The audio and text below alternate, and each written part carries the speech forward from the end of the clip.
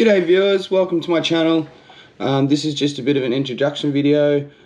Just want to talk to you guys a bit about myself and the reasons why I've decided to start this channel.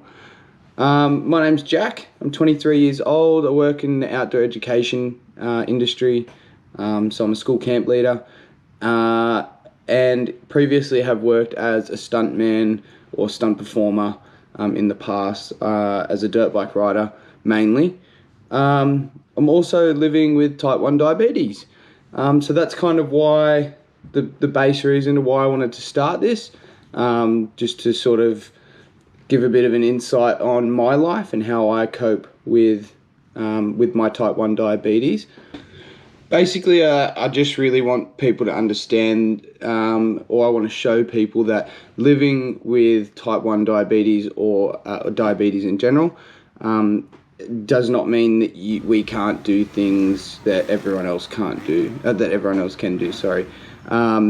So I just want to show that you can still live your life to your full potential. So a bit about myself and how I was diagnosed. I was diagnosed at the age of 19. I was actually at work one day and I was getting really bad stomach cramps. Yeah, basically I couldn't stand up or anything, so I rang my boss and I rushed myself straight to my family doctor. Family doctor did a couple of tests and took a blood test and was basically like, you need to go to the hospital right now. So I got rushed straight to the hospital, and then yeah, once I was in hospital for I think 3 days, they had let me know in that time that I was a type 1 diabetic.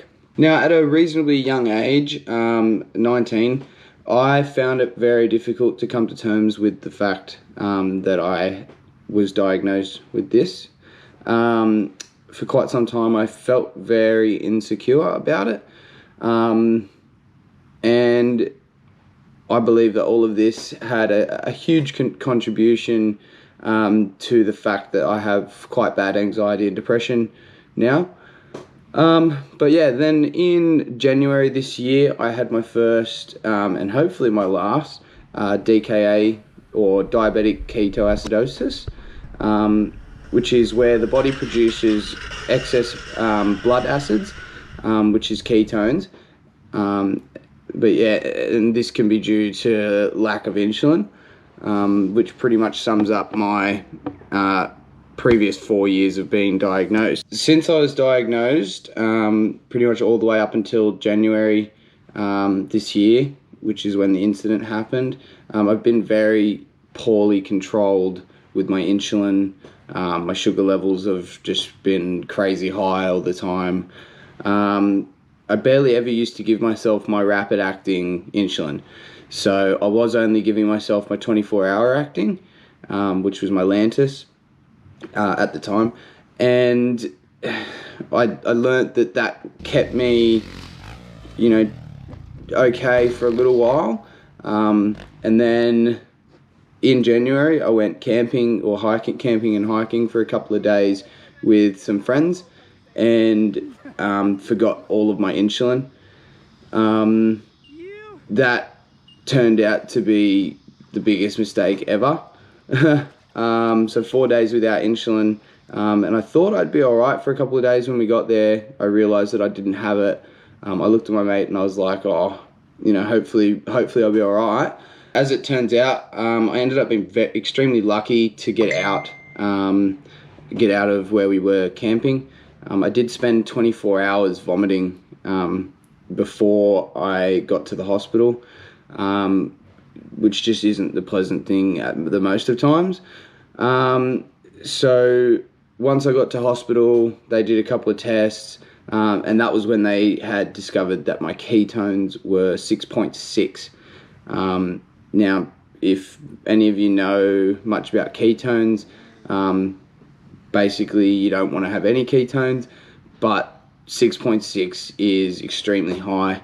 I ended up having to spend about a week in ICU, and it scared me a lot. It scared a lot of my friends and family, I don't think anyone has ever seen me as sick as what I was.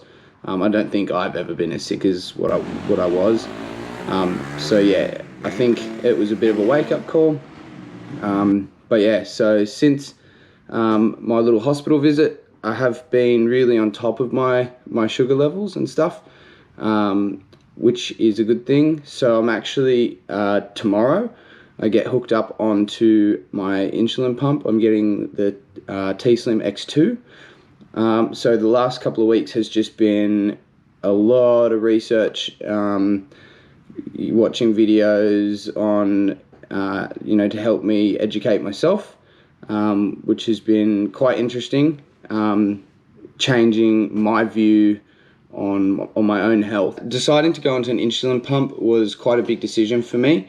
I was never too sure about the idea of having something attached to me all the time, especially with all of the sports and activities that I do. I am very outdoorsy.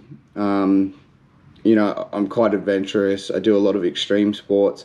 I surf, I skydive, I ride dirt bikes, all of that sort of stuff. Rock climb, abseil. So a lot of harnessing, wearing harnesses. So I wasn't too sure how this was going to affect.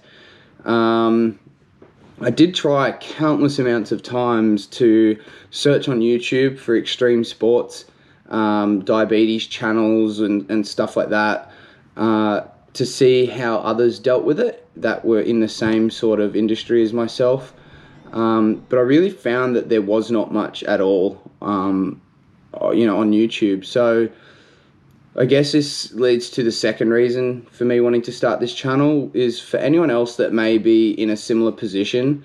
I hope that they'll find my videos or my channel, and I hope that they can be inspired to still be themselves and to be, that a bit extreme if they need to be, and that there's really no limits. Doesn't matter what your condition is. You can do anything that you put your mind to. My third and final reason is that I really wanted to do this for myself. I just wanted to learn for myself to not be ashamed of who I am, and instead embrace myself and my condition, to use it maybe to help others, and to step out of my own comfort zone. These videos is me stepping out of a comfort zone big time. So I'm hoping that as my videos go on, I'll get better and better at talking to a camera and you guys. So bear with me a little bit. This is very, very new to me.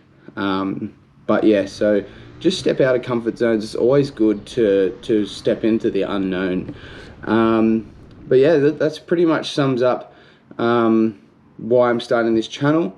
I will keep you guys updated with when I get the pump. We'll have a bit of a look at it, and I'll keep some adventures going, and how I sort of deal with having a pump and doing certain sports and activities. I feel like that might be a really good one for you guys to all see. So thanks heaps for tuning in, guys. Please like, share, and subscribe. Leave a comment if you guys want to share any of your personal stories or experiences.